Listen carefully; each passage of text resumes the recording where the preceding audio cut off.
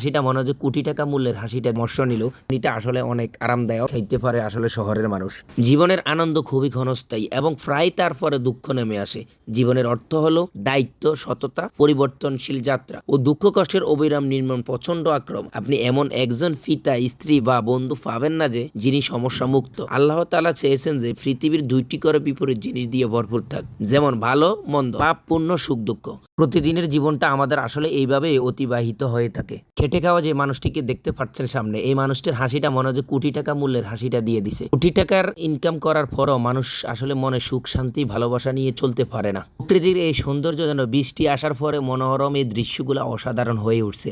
বৃষ্টির ফোঁটা পড়ার সাথে সাথে এই রাস্তাটাতে মনে হয় যে মনোমুগ্ধকর এক পরিবেশ হয়ে গেছে। তার পাশেই খেটে খাওয়া মানুষগুলো কর্মব্যস্ততার মাঝে কাজ করতেছে এবং স্কুলের ছাত্রছাত্রীরাও আসলে স্কুলে আসা যাওয়ার জন্য বৃষ্টিতে অনেক কষ্ট হচ্ছে।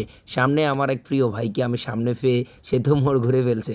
আসলে তার সাথে অনেকক্ষণ আলাপ আলোচনা করলে ভালোই লাগলো। যাক, পথের মাঝে সে এখানে কাজ করতেছে, কাজের মাঝে তার সাথে কিছুক্ষণ আলোচনা করলাম। আলোচনা করে আমি তার থেকে বিদায় নিচ্ছি। তবে কাজ করা যাবে, কি কাজ করবে এই জন্য একটু পরামর্শ নেওয়ার জন্য আমাকে দাঁড় করিয়ে কিছু পরামর্শ নিল।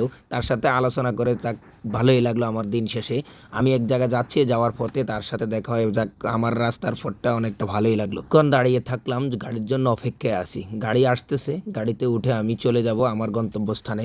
ঢাকার শহরে যেখানে যাই না কেন, কোন দিক দিয়ে যানজট মুক্তভাবে যাওয়া যায় ওই চেষ্টাই সবসময় করি। তাই আমি যানজট মুক্তভাবে যাওয়ার জন্য রামপুরা ব্রিজ থেকে গুলশান যাব এই স্পিড বোট করে। এখানে এইভাবে যাইলে আসলে অনেকটা যানজট মুক্তভাবে যাওয়া যায়, যদিও ভাড়া একটু বেশি, কিন্তু এই জার্নিটা আসলে অনেক আরামদায়ক। এবং আমার বোটটাও চলে আসে, আমি বোটে ওঠার জন্য যাচ্ছি। এক এক বোটে করে 40-50 জন লোক নিতে পারে বোট অনুযায়ী। কিছু বোটে একটু কম হয়, আবার কিছু বোটে মানুষ বেশি নিতে পারে। তো বোটে উঠি আমি চলে যাব গুলশান একে।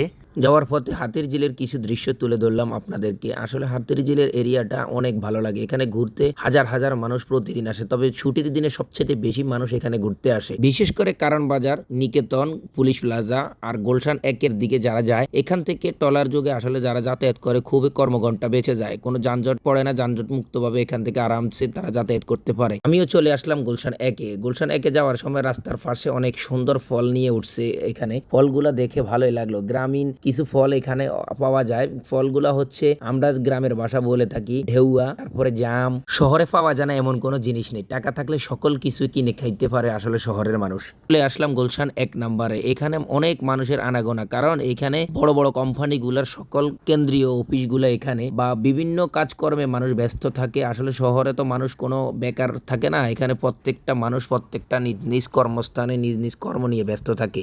আমি যাব বনানী। বনানী যাওয়ার জন্য আমি একটা রিক্সা নিতে পারতাম, আমি রিক্সা নেই, একটা মোটর সাইকেল নিলাম খুব দ্রুত যাওয়ার জন্য। মোটর সাইকেল তো মোটামুটি ছোটখাটো চিকপাচাপা রাস্তা দিয়ে খুব দ্রুত চলে যাওয়া যায়। যাওয়ার পথে কিছু দৃশ্য ধারণ করলাম, খুব ভালোই লাগলো। আসলে পরিবেশটা খুব নিরিবিলি, খুব ঠান্ডা। অভিজাত এলাকা বলে কথা, এখানে তো ঠান্ডা থাকবে না, নিরিবিলি থাকবে না, থাকবে কোথায়? যাক, এখানকার আশেপাশে দৃশ্যগুলা আমার কাছে ভালো লাগে। লেকের পাড়গুলা সকালবেলা দৃশ্য ধারণ করতে পারলে আরো বেশি খুব সুন্দর লাগতো।